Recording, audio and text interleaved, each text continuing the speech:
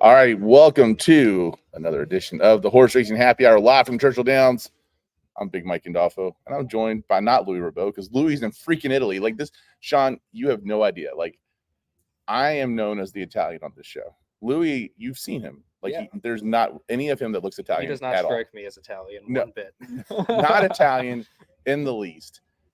And he's where I want to be right now. Like I'd much rather change. No offense to you, I'd much rather change places with Louis and be in Italy, and instead of sitting next to Sean Collins with Bloodhorse. So if you want to go, I'll run the show by myself today. If you need me to, go ahead and catch a flight. We're already making plans for us to go next year. So the big goal for me is last time we were in Italy, we started looking at property.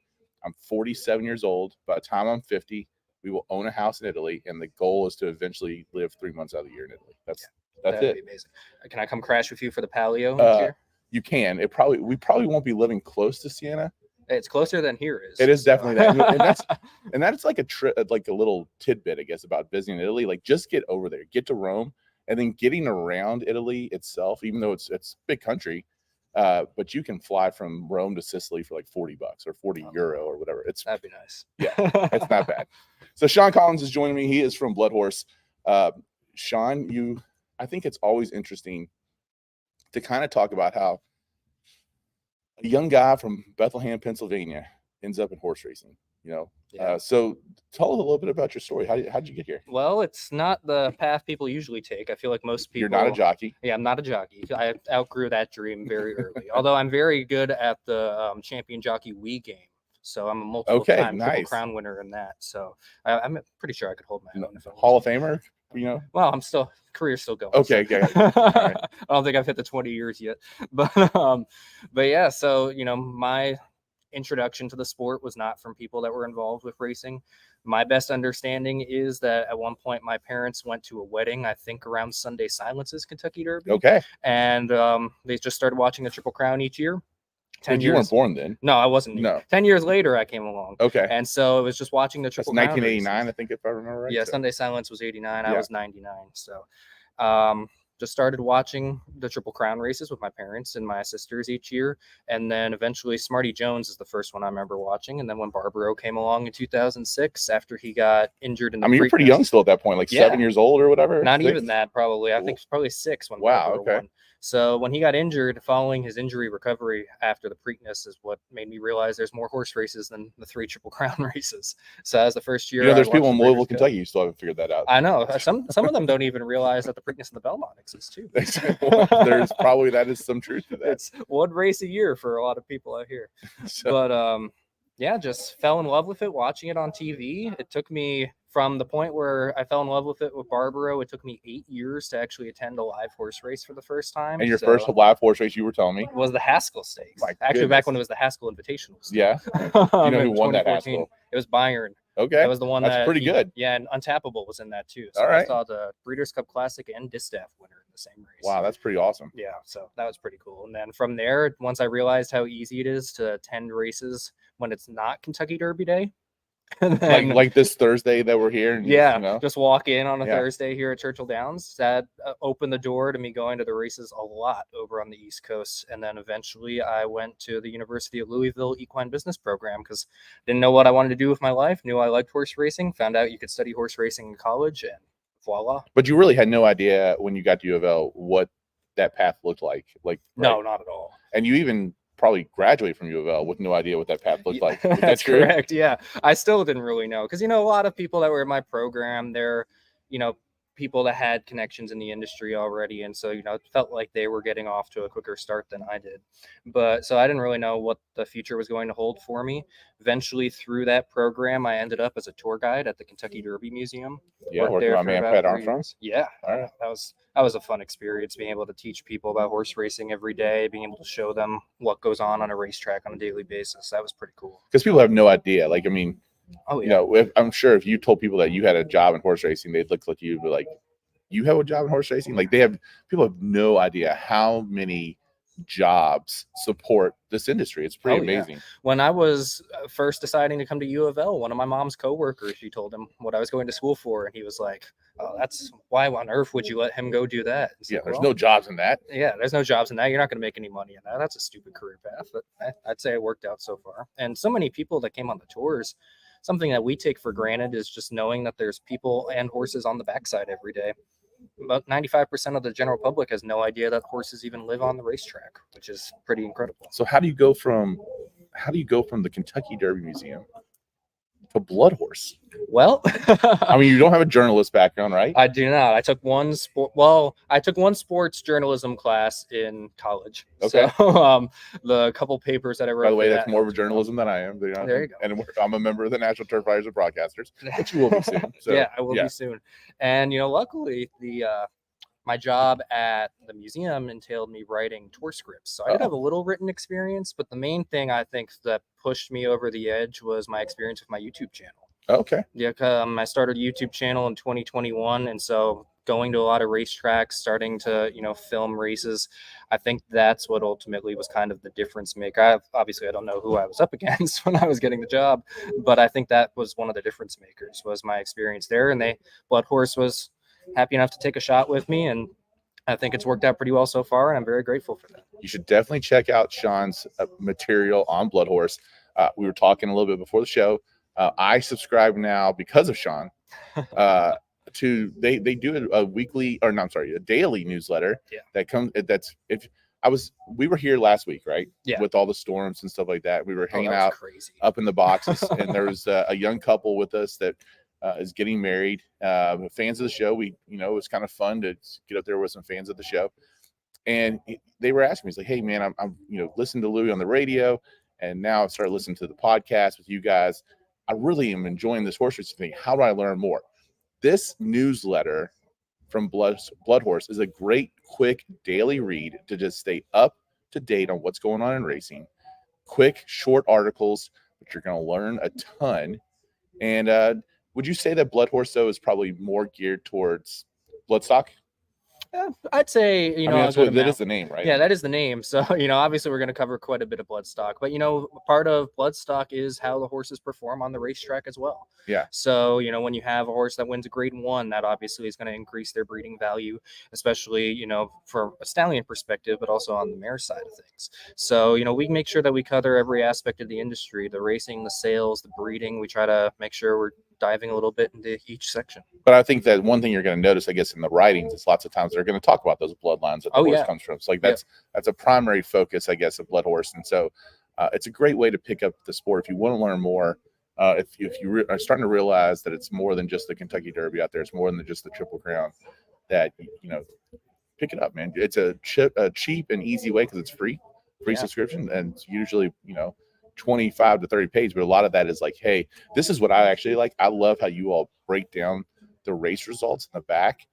By stakes races. Like, here's who won stakes races, here's who won allowance races, and all that other kind of stuff. And so just an easy way to see all of it. It really is. Yeah. And then they also do a great job of when the entries come out for the stakes races that are coming up, of posting those. I mean, when I actually do the show, I screenshotted the 6 stakes races from that Bloodhorse newsletter and send it right over. So yeah, man, really excited to be here. You've enjoyed writing then?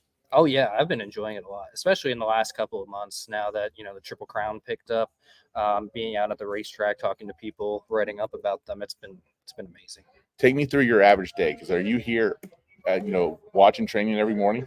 Not every morning anymore. Okay. I was in the lead up to Derby and the week right after Derby. I was here 5 o'clock every morning for most of April, and then pretty much until Mystic Dan left for Pimlico, and then I switched and went 5 in the morning at Pimlico every day leading up to the Preakness.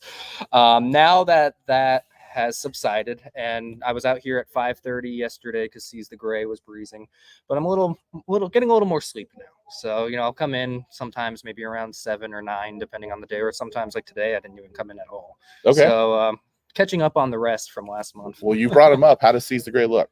Well, he looked pretty good to me yesterday. Okay. He went a nice 6 furlong breeze, I believe, in 113 flat. I know Jaime Torres was really pleased with it. I know Dwayne Lucas was really pleased with it. When he went by me the first time, he was already moving. And I usually stand pretty much right where he started the breeze at the 6 furlong. Okay. 6 furlongs from the wire. And I mean, he was motoring. It didn't look like the Preakness really took anything out of him. Wow. You know, I'm not the best expert at looking at a horse and understanding how they're moving, but I can tell when one's moving pretty good. He was moving pretty good. I mean, we were both at that Preakness. Yeah. I mean, I'm not going to sit here and say that we encouraged you to go, or that we're the reason that you did go. But you know, you first told me that you weren't going, and then you showed up. So I didn't know if that maybe you like didn't want to hang out with us. Maybe that might have been what it is. Oh no, I'm not going to be there. I was like, you know. Yeah. But at the end of the day, like when he got out to the lead in the Preakness, and I'm saying, okay, well, here's a mile horse who's gotten out the lead. He's not gonna be able to keep that distance. He's not gonna be able to keep it up. And there was a time when Mystic Dan got basically eye to eye with him. I thought he was going to run right by him on right. the far turn. Yeah. Picked another gear, man. It was pretty awesome. And then Jaime, of course, came on with us last week. And if you didn't see that, just going through the race with Jaime and stopping it and talking about what the horse was doing, what he was thinking, what he was looking at, it was fascinating. So I highly encourage you to go back and listen to that episode. You got to talk to Jaime though here recently. You interviewed him, so I've been talking to him a lot. Yeah, he's a great guy, right? He's one of the nicest guys you'll ever meet. I was lucky enough. The first time I talked to him was actually a week before the Preakness, right after he got named to be staying on the horse for the Preakness, and he was just such a humble guy, such a hardworking guy. It's been fantastic. 2 years racing, he's already got the Pat Day Mile and the Preakness under his belt. That's a pretty good start to your career, and he might have the Belmont under his belt. Who knows, man? Who knows? But you know, the thing with him is, you know, he wins the Preakness and he's right back to work, which I mean, a lot of jockeys are. But you know, when I talked to him immediately after the race, that was one of the first things he mentioned was the fact that he had to get back to work and he had to keep working hard to make sure now that he's at the top, he stays at the top. And I know when we were here on Thursday last week, a couple days after that, he was bringing home a couple long shots, finishing second. He was a jockey change on a race and won the first race after doing the show. Yeah, and with the rainbow in the back, with the double rainbow, which was we could see end to end, which was amazing. It really was. It was kind of cool. So you know, how do you think about what are your thoughts about how the Belmont shape it up? Well, right now, I mean, you would think Seize the Gray is probably going to be up front. You have, Fierceness is going to be there showing speed. That's my main question right now is what exactly is the pace going to look like? Because we know Sierra Leone is going to be closing. We know Honor Marie is going to be closing. We know Mystic Dan, if he runs, which I feel is very likely that he will be kind of right in behind the leaders. So to me, it's just a question of what does the pace scenario look like? What does it look like to you? I mean, it kind of like that's how we were talking about the Derby. Of course, they're both 1.25 miles, right? So, if Torpedo Anna runs, I guess they're both not going to run, right? Yeah, like, it's one or the other. And honestly, I know he's hinting at it, but if Mystic Dan decides not to run, I still don't think Torpedo Anna runs. He seems really, well, at least when I talked to him, and this was a couple weeks ago, but McPeak seems really focused on just trying to get her to win champion 3-year-old filly. Yep. And I think just the fact, because if Mystic Dan doesn't run, she runs in the Belmont and wins, then what do you do going forward the rest of the year? I think you might just play it safe at this point. You have one of the top 3-year-old colts, one of the top 3-year-old fillies, just keep them apart and maybe try her against the colts next year. So let me throw a couple names that you didn't mention. Yeah. As you're very nicely showing me exactly who's the probables are right now. And of course, the field's going to still shake out. Like, who's probable right now, we don't know. Right. The Ohio Derby. Yeah. I'm intrigued by the Wine Steward. I like the Wine. He's not 100% going. He's not 100%, but he was really racing really well last fall, right? I'm intrigued about what kind of campaign he can have this year. Let's put it that way. And I like him third off the layoff. I think this will definitely be a lot better than his previous two. And I'm very intrigued by Mindframe because he might have stole Derby weekend for me. Really? That horse. We're going to talk about two horses that broke their maidens this week here in a little bit. I guess it might be a pretty good segue to it, but if I have to compare the way Mindframe looked to the two horses that are getting a lot of publicity this week about how they broke their maiden, I'll take Mindframe right now. Honestly, I would not argue with and I was just blown away. We kind of, Louis and I looked at each other. It's kind of reminded us of of Nashville Breeders' Cup weekend at Keeneland, and Nashville just looked great. Of course, he didn't really do much after that. He had some issues and whatever else, but I'm really thinking Mindframe. Now this seems like a huge step up though for Mindframe. And where do you think he would sit pace wise? Because the problem is with Pletcher, it looks like he might have a couple of them, so you got to keep them apart. So and I guess at this point, like we were kind of surprised that the way, and we talked about this with Jaime, that the way Seize the Gray won the Preakness was not the way he won the Pat Day Mile. Yeah, I mean he stalked in the Pat Day Mile, and I think a lot of that had to do with the muddy racetrack. Because I know he broke his maiden going wire to wire on the mud. I know Jaime has said that he seems to take to the mud really well, and so I think that was a big player on them going to the lead. And if it's a dry racetrack, and depending on post positions, I'm not sure they're necessarily going to go for that. But at the same time, like Jaime, I think knows his horse had a little bit more in the Preakness. He could have gone the extra distance, which is not much. He saw his horse respond down the stretch. He was able to control the pace from up front. Dornoch might go up front. I mean, who up here is who else is gonna really go? I think with Dornoch is just, everybody expected him to be up front in the Derby, and he just didn't break. I feel like he didn't break fast enough. I just don't know if he's a fast enough breaker with these kind of horses to be able to be up there. But I mean, it depends on where he ends up drawing in the post position, but that door closed very quickly on him from the rail. It's kind of funny to me because not to the severity, but we're going to see a horse race here on Saturday, Tappa Trice, who last year this time was talking about how immature the horse was. Yeah. We've got a lot of horses in this race with some maturity issues.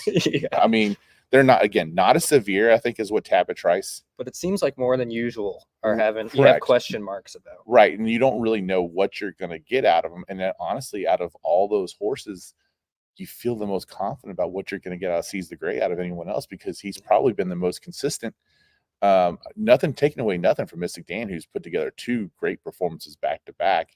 And you could throw, I guess you could still even throw the Arkansas Derby in there and put 3 races back to back. But it's going to be fascinating. I think that we're going to get a good field. We're going to get quality horses. I think that the ownership of Sierra Leone thinks that he's probably the one to beat in this thing. I'm sure that Fierceness feels that way. And if you're following the every other with Fierceness, I just don't know about that horse, man. Yeah. There's sometimes that horse looks about as good as he can. There's sometimes like he has no excuses in that Kentucky Derby. I made the comment probably within 5 minutes after winning the Florida Derby. I tweeted out he's going to lose the Derby by over 10 and win the Belmont by 50. And just because that's the way he goes. Yeah. So if he runs huge on Saturday or next Saturday, I won't be shocked by it. But at the same time, I feel like now that he's kind of stepped up to where he's going to be constantly seeing the best of the division, I'm starting to wonder whether or not he's actually going to be able to keep up with them as they mature. As a betting race, this race is going to be fantastic. Fantastic, yeah. I mean, because you're going to get some really good prices on some really good horses. And Sierra Leone is probably going to be the clear favorite, but you can't necessarily trust he's going to get the trip. So there's reason to bet against And then even if Sierra Leone's going to be the clear favorite, Mystic Dan and Seize the Gray are probably the second and third choice. So you could get something like 8-1 on Fierceness. Is that out of the question? I don't think so. I mean, 8-1, 10-1 get up there, especially a lot of people are going to jump off of him after the Derby. So I think there's a chance. It's going to be interesting, like what kind of number Mindframe gets. He's going to get bet by a lot of the people that follow racing. The question is going to be how much money is going to not come in on him from the people who just tune in for that race. That's true. Yeah. So I think he'd probably be in the solid maybe 10 to 15 to 1 range. See, I think he's probably more 15 to 20. You think? Yeah, I mean, just because there's going to be so many other horses here that are going to take money. I mean, it's when you look at this, I mean, I still think Tuscan Gold could probably take some money, and I'm not a believer in that horse at all. I'm not really either, but a lot of people are going to look at the fact he just didn't like the mud, and if you liked him in the Preakness, if you look at that fact and it's a dry racetrack in the Belmont, you're probably still going to like him in the Belmont. So that's how that's shaping up. We'll have more coverage coming into it. Yeah, it should be a great race. It really should. And I mean, a lot of people were concerned about it dropping in distance, but I feel like we got a lot better field at 1.25 miles than we might have gotten at 1.5 miles. Yeah, I mean, and that's actually something to really think about too, because when you look at a 1.5 mile race, I mean, as a trainer, and you've got this potential multi-million-dollar investment in front of you, That's a big risk to have a Yeah. horse to go up And on the dirt. Do you think Mystic Dan would be on the table for a mile and a half? Probably not. After losing the Preakness versus he is at a mile and a quarter. So yeah, it's a that great definitely point by adds you. some intrigue. You know, Seize the Gray would be there anyway because it's Lucas, but But you're also getting it on a track where it's like, okay, maybe we're in the Travers, maybe we're looking at the Haskell. Like this is so fascinating because it's gonna really help map out where these horses are gonna go going forward. And so this is what we talk about on the show a lot. One of the things I love about racing is that we're kind of coming to the end of Triple Crown season and we're going full-fledged into Breeders' Cup season. Oh yeah. And these 3-year-olds are figuring out their path to the Breeders' Cup. Is it at the classic distance? Is it at the mile distance? Is it at a sprint distance, which we've seen before? Is it on the turf? And after we get this race, we've got some other big 3-year-old races coming up. We got all the mid-major derbies. Louie and I will be out the Indiana Derby. You're gonna be at the Indiana Derby. Right? I'm gonna try to be. Absolutely. I love going to that one each year. And then you're gonna see things like the Haskell. You're gonna see the Travers and all those kind of great races. And we're gonna got to shout out the Pennsylvania Derby myself too. Are you a big fan? Yeah, that's I love that race. I go home for that every year. It's really kind of uniquely positioned. Yeah. And because of where it's positioned on the calendar, they've had a lot of really good horses come through. They have, yeah. That was, I mentioned earlier, the first race I went to was the Haskell. My second race was that Pennsylvania Derby where Byron and he ended up beating California Chrome in that race. Oh, so there you go. That was really, I feel like a couple years before that, when Will Take Charge went the year before that in 2013 forward, that race is starting to draw some really good horses. Nice. All right. So let's talk about those 2 horses that we saw break their maiden. You were here for one of them. World record. What were your thoughts? I mean, he looked pretty good. He broke well from the inside. He didn't really, in my opinion, he didn't really get much pressure. But when a horse didn't get pressure, he did exactly what he was supposed to do in that scenario. He ended up winning by, I think, 7.25 lengths. He ran. I went back and watched his replay of his debut afterwards. He got, kind of out sprinted early. I think just the distance was a little too short for him, maybe. But he still came running on and almost won that race. Comes back, wins second time out. So I think he's definitely a horse with a future. It's just my question is, what distance is that future going to be at? Yeah, that'll be. I mean, it is a gun runner, right? Yeah. So I feel like right now, gun runner's been such an amazing sire, right? Yeah. So like anytime there's a gun runner that shows any kind of promise, like there's a quick. And this is not. I'm not trying to besmirch this horse. Okay, this horse might be fantastic, and the same thing goes with Eagles Flight. Okay, Eagles Flight might be a great horse. Yeah. Eagles Flight is not Flightline. Like, let's pump the brakes a little bit, right? He looked very good in his debut. He overcame a lot. He did. Yeah. He actually showed we were talking about immature horses. Yeah. That horse actually showed a ton of maturity. Well, do you see the picture afterwards with the half of his shoe hanging off his hoof? No. Yeah. Really? I think it was the right front. It was one of the front feet. About half of his shoe was bent and hanging off of it. And so let me see if I can find the picture for you. So that might have had something to do on how green he was in the stretch. He definitely didn't go out front and stay out front and win by open lengths like Flightline did in his debut. Yeah. 6 furlongs for both those races. When he broke slow out of the gate, I was watching the race with my girlfriend, and I told her, I was like, "Yep, he's done." And then he ended up winning. So obviously, he's a good horse. He was able to overcome that, but he did not break anywhere near what. Look at that! Look at that shoe hanging out. That is crazy, man. Yeah. So, maybe he is going to be the stud. Now, the question is, when did he do that? Was it during the race? Was it at the start, and that's why he broke bad? But I mean, the fact that he won anyway is, a great testament to how good he could potentially be. But I agree, he's no Flightline, at least yet. And the part that concerns me is the other half brother that debuted earlier this year. He didn't really run that well at all in his couple of starts. So it's going to be hard to replicate. Got the bad genes. Yeah, we'll see. It's going to be hard to replicate being Flightline, but that doesn't mean he's not going to be a good horse, a grade 1 winning horse or something like that. And at the same time, like, I wonder what they're going to do with them as far as like how they were so careful with Flightline's, race schedule and not overrunning him. And, we only saw him a couple times in 2 years, but being at that Breeders' Cup was amazing. Oh, that was one of the greatest moments. Honestly, one of the greatest moments that I've ever had on the racetrack was not watching him win the Classic.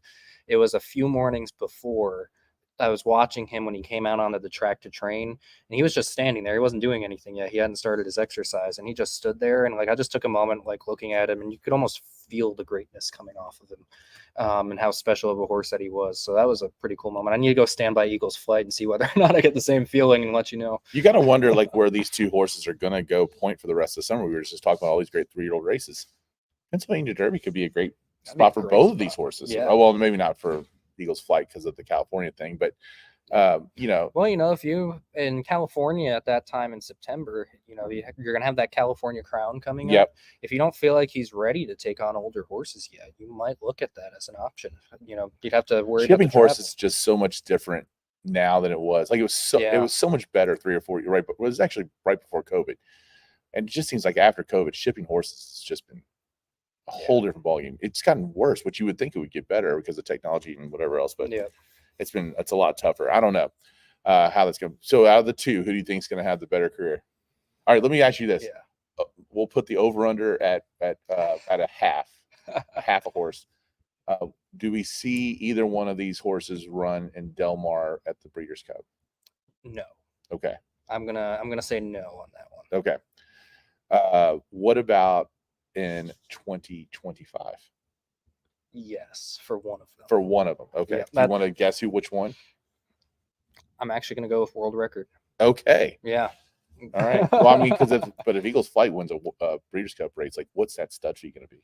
It's insane. Yeah, right. So absolutely insane. Yeah. Yeah. So it's always going to be something to watch. Now you mentioned your favorite moment on the track. My favorite moment on the track was actually I was here, non-Derby moment for sure, but being here for the Breeders' Cup when Blame beat Zenyatta. Oh, yeah. And it was probably the most electric I've ever felt this place. It was unbelievable. And we're going to get the Blame Stakes this weekend as we look at Churchill Downs and the racing that's going to happen here. 6 great stakes races on the card Saturday at Stephen Foster Preview Day. So a lot of these horses will try to run on Stephen Foster Day. And, we're going to get I'm pulling up my stuff right here too. But we're going to kick it off actually with race 6, and it is the Arlington. This is a grade 3 turf race, 8.5 furlongs. So that's just, again, 8.5 furlongs is a furlong is 8 furlongs. So it's just over a mile. $275,000 purse. We're talking too, like the purses here at Churchill Downs compared to it's unbelievable. 4 years old and up race here. What horses here kind of stand out for you in this race? Honestly, in this race, I feel like on a class edge, Ottoman Fleet and Emmanuel are the two horses that are kind of standing out. Emmanuel has run a bunch of grade 1 races. And so, obviously he's got that class edge. He's coming out, I believe, of the that is the motto of the show, by the way. Class going class. Yeah, class going class. So that's what we're saying here. Emmanuel, class going class. General thoughts on this turf course though so far of how it's held up, because I think it surprised people a little bit. It surprised me honestly, and this was one of the interesting parts of being a tour guide here every day for the last couple of years, was watching the status of the turf course from when they ripped it up in 2021. But in my opinion, it looks better at this point in the year than it has in any of the previous couple of years. I think part of that might be we've had quite a few rainy days where we've come off the turf. So I think that's helped lessen the load a little bit. They seem like they're doing a good job. They did something different with it over the winter this year where I know they had a bunch of like kind of heating tarps over. I don't know if they were actually heating the track, but they were holding more heat in to try to keep the grass growing. And there was at one point before Derby where I thought it didn't look that great. And then all of a sudden by Derby time, it looked like it had come together. So it seems like it's holding up well. I remember talking to Chad Brown right after the Derby the next morning, and he said that he thought that the turf course actually performed pretty well. Okay. So, that was a couple weeks ago now, but I think the problems that it's had the last couple of years, I think so far have been pushed away for this year. We'll see. We still got several more months to go, but we'll see how. I mean, I think there'd be some people who actually be kind of surprised that we were running turf courses in June. Yeah. I mean, I'm not trying to besmirch Churchill Downs in any way, shape, or form. That's just the reality of it. And I would say that I've been surprised about it's been fair. Yeah. You know, it doesn't seem like it's favoring one over the other. yeah. So I think at the end of the day, this has been it's been a pleasant surprise, I guess, of this meet. Yes. So, but the other part of it too is you don't always know which horses are going to like it, which horses aren't going to like it. okay. So, you know, we just talked about Emmanuel and Ottoman Fleet. One of them could easily show up on this course and decide that it's not to their liking, and we're going to have a long shot come in. So this is a race then where you're looking like you're either going to play it very short on your multi-sequence, or you're going to maybe spread a little bit and hope for a price. Yeah, and the price that I kind of like a little bit is Stitched, number 4 in the race. Can't go wrong with Tyler Churchill Downs. Yeah, you can't go wrong with Tyler. This was a horse that he upset the Wise Dan Stakes last year when it was at Ellis Park at odds of 46-1. And he kind of caught my eye at that point. He followed that up with a front-running effort in the Mint Million and ran pretty solid second. He almost won that race. I think he got caught right at the end. And then it seemed like he went a little off form to the end of last year. He came back on Derby Day, or a couple days before Derby Day in the opening verse. And I just think that, you know, he finished 7th. I think now with that race under his belt, I think he could possibly make some noise this weekend. Okay, well, there it is. And so Stitched is a long shot play. We don't have any odds yet. It's still a little early. So, you know, you might get a good price on Stitched. I'm hoping he goes back up to 40-something to 1. That'd be nice. Yeah, there you go. There you go. Okay. I got to move on to the next one, which is the Aristotle Stakes. Of course, Aristotle's was it the first? Was that the first Kentucky Derby winner? Yeah. And he is finally, much deserved, getting inducted into the Hall of Fame this year. Just this year. The Historic Review Committee went back, and I think part of it's because there was a fantastic book that came out about the first Kentucky Derby and Aristides' career last year. I think that kind of helped give that final push. He's a lot better than people give him credit for. That's for sure. All right, we got this is a race here. It's going to be a 6-furlong sprint on the dirt, $275,000 purse. Another race for 4-year-olds and up. We're going to see some horses that are no stranger to Churchill Downs. A horse like Tejano Choice is in this race. Bourbon Heist is in this race. Hear Me Song. I mean, there's a lot of these names that I recognize. Yeah. Who are you looking forward to seeing? Well, I think this race, at least for me, I think this one's already a done deal. This is your single, huh? Yeah, this is my single, and that would be Skelly. Now, okay. Third race back from Saudi Arabia. Unless he just doesn't take to the track or he bounces, his races before Saudi Arabia were fantastic. His race in Saudi Arabia, even though he lost, was pretty good. And his 2 races back from Saudi Arabia have been fantastic. Which is unusual, right? Like we talk about that all the time on the show, that the horses that kind of go to the Middle East, when they come back, it usually takes them a little bit. And he came back quick. He ran that race in Saudi on February 24th. His next race was April 13th. And he was able to, you know, he's a speed horse. And so you would think maybe that trip would take a little out of him. Didn't seem like it did at all. So if this was his first race coming back from Saudi, I would probably bet against him because you don't know what he's going to do. But third race back, I just think this horse he's going to be one of the favorites, I think, from the sprint division all year when we head towards the Breeders' Cup. So no reason to get off his bandwagon now. This is another version. This is a listed stakes. This is not a graded stakes. This is another example of just how great the purses and the horses that you're getting here. That in a listed stakes, we're looking at a horse that is like Skelly. That is actually, we do have odds. That's going off at 4 to 5. You want me to tell you the odds on the last race, by the way? Yeah, might as well. All right. What do I got on Stitch? Stitch 20-1 right now on Stitch. I like that. So Emmanuel 3-1, and then everybody forget that I said something good about him, so the odds stay up there. Yeah, that's right. But you know, you're still going to price on Tejano Twist at 5-1, but Skelly 4 to 5 is the number right now, and that is for our man Steve Asmussen. I like Hear Me Song to be a good kind of finishing up the exacta. I have this volume down, so like you don't know this story. All right, so like we have a sound when we say Steve Asmussen's name, because before he was the all-time winning trainer, everyone called him Asmussen. Yeah. And then all of a sudden people started saying his name right. So like we actually last year at the Preakness got Steve Asmussen to say his last name the way that we say on the show. We always say Steve. There it is. All right, so Steve Asmussen. All right. Ricardo Santana, fantastic housewife. Ricardo Santana on board of Skelly in that one, and we'll see. I was very proud of myself, by the way. Dan Illman knows that I'm not I'm not the handicapper of the show. Right, yeah. Louis the handicapper. If you want these picks, I'm sure Louis is probably still going to release picks. Maybe he is, maybe he isn't. Maybe he's going to, put picks out from Italy? Maybe he's not. He's on vacation right He's on now. vacation. He's gonna start skipping But out listen, on he us. still wants to. So I took it as a challenge. And Memorial Day, I sent Illman my picks. And I was like, here, I'm gonna handicap the card. And most of those handicappers, they do 4 horses a race, right? That's kind of the standard. The standard. Yeah. And then you but I had 3 upfront winners. So like 3 of my first choices were winners. I had winners in did we have 8 races or 9 races? 9 races. All right. I had winners in 6 out of the 9 races. There you go. And what am I giving my tips for? We need to. Well, and my one single, I actually went and on one race, I gave 1 horse, and that was, I hit the my one single for sure. So. And you didn't pass any of these tips along to me when I did not, no, but that's okay. I mean, we're here and we're talking about the horses, and I'm just saying your Skelly here is going to be that same way. We're going to get that. I'll build my ticket around him.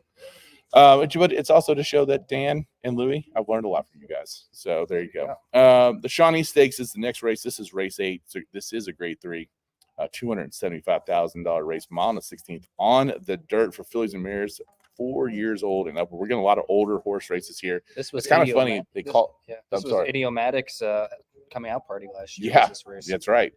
Yeah. We kind of talk about this is Stephen Foster preview day, and it is for the Stephen Foster. We have a lot of older horses run today, and there's a lot of 3-year-old races on Stephen Foster Day. So in this case, we're going to see some horses that definitely are going to show some, and we're going to get maybe another stud, but you got Hidden Connection. This is like, to me, like we loved a lot of these horses as 2-year-olds. Oh yeah. These Oaks horses, and they maybe didn't do as much. Obviously, Shigera is a freaking star in this race. Hoosier Filly, Hidden Connection, Wet Paint. Of course, if it's a wet track, then Wet Paint it's a great selection here. So, did you go hard on Shigera here, or do you think Shigera is vulnerable? I don't know. I don't know what to think about her last race. Okay. Because she came back. She was dominant at the end of last year, and I thought she was going to be one of the top horses in the distaff division this year. And then was the last race on Oaks Day, the La Troyenne. Was it because of the which is one of our favorite races, by the way, here on the show? Yeah.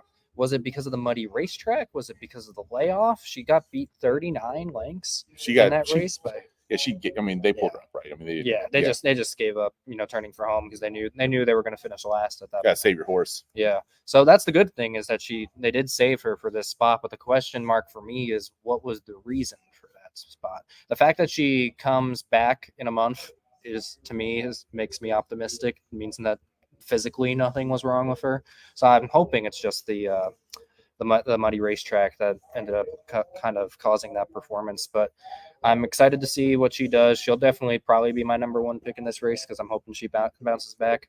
But Scylla is one that I've had my eye on for a long time now. I was at her debut last year, and I'm excited to see how she performs here against some real graded stakes horses. We saw Scylla on Derby Day this year, run in the 105 Equibase speed figure here in that dirt mile in an allowance optional claiming race.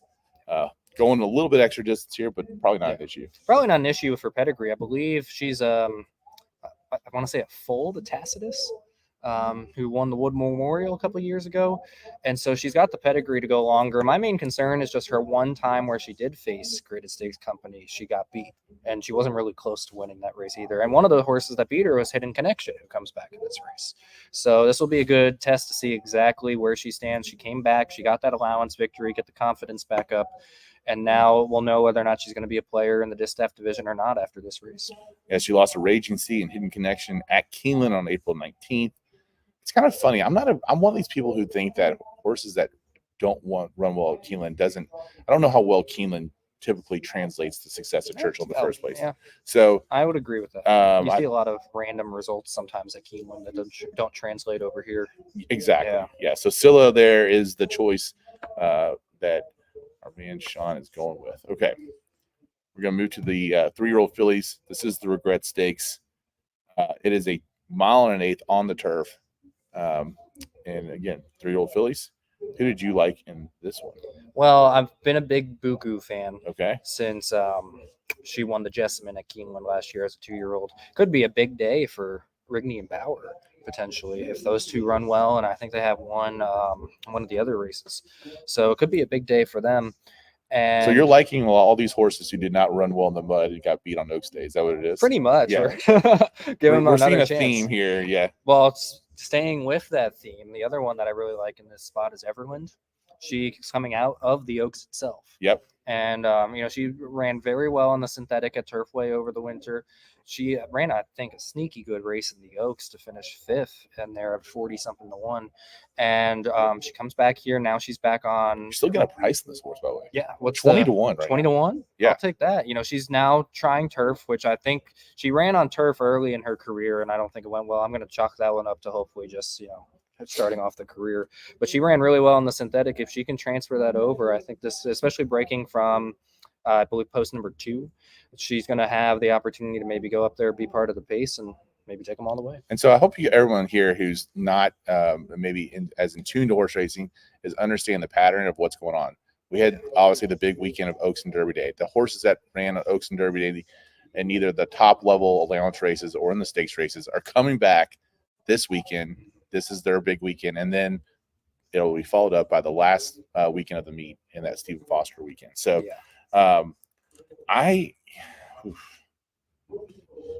this race to me could be pretty wide open. And like you said, if we had a long shot winner that paid like close to $100, I would not be shocked. Yeah, there you go. Yeah.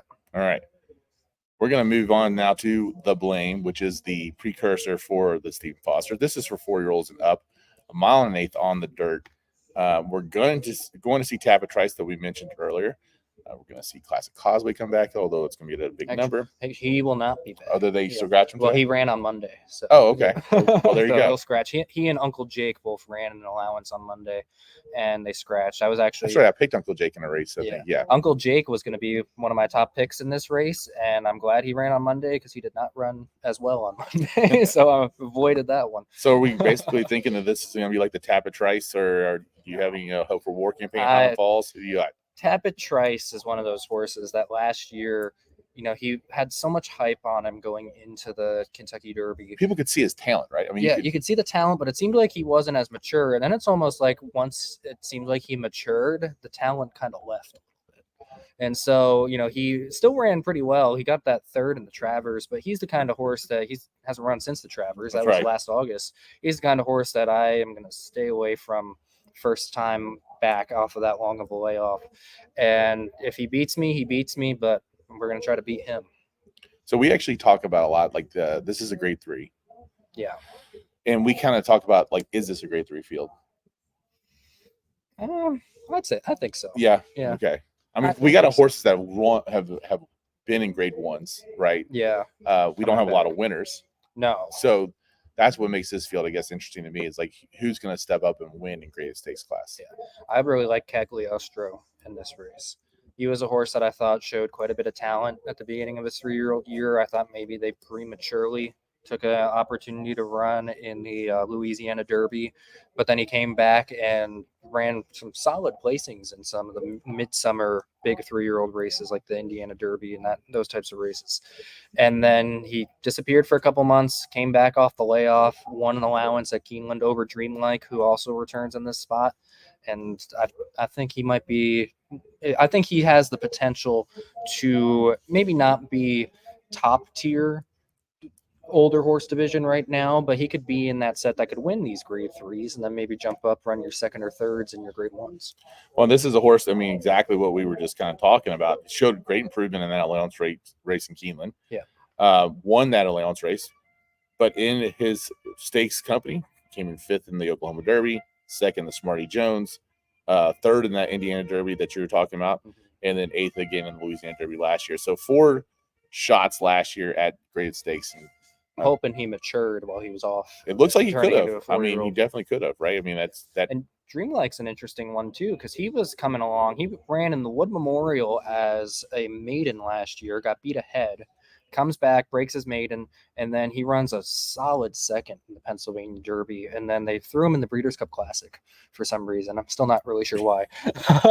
But why not? Though? Yeah, I guess it was he finished 8th, and then he disappeared for a couple months, came back in that same allowance race. He just got beat a neck by Cagliostro in that race. So he's one that, obviously if you're going to put him in the Wood Memorial as a maiden, and he almost wins it. They thought he had a lot of talent, and he's grade 1 place now too. You know what? I going back though, like his performance in that Pennsylvania Derby was good enough Yeah. to really say why not. Yeah, and I Saudi mean- Crown got such an easy lead in that race. Yeah. It was going to be hard to catch him, especially on the mud. So he's a kind of horse where if he did take that step forward, which it kind of looks like he did, he could very much be a factor. I think that allowance race with those two running 1-2, I think that's the key race going into this one. You're also going to get an old timer, kind of like Last Samurai, who, of course, if this was 2 years ago, I think a lot of people would have loved that, Yeah. that horse.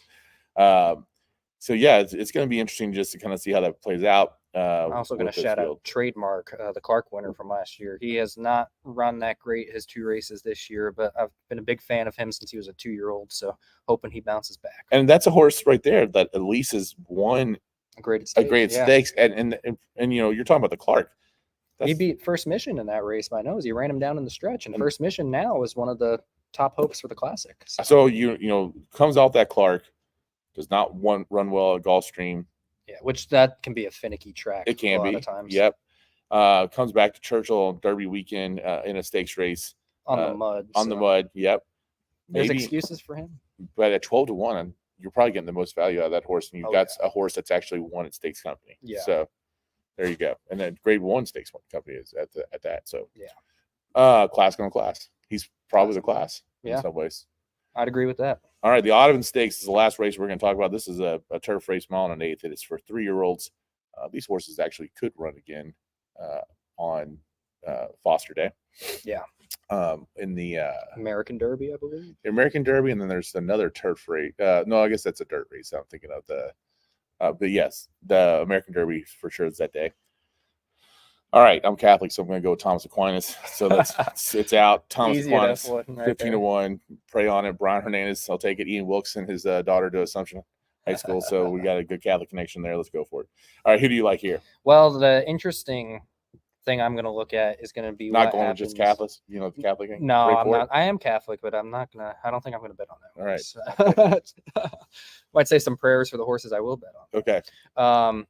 Main thing for me is to see what happens with Tricari in the Penn Mile tomorrow night. Okay. Because that's the benefit is the Penn Mile is going to go tomorrow night because the horses that finished behind him, Formidable Man, Laganos in the American Turf, are in this race. So if he runs huge, I think I'll probably end up landing on those horses. If he doesn't, I might start looking elsewhere.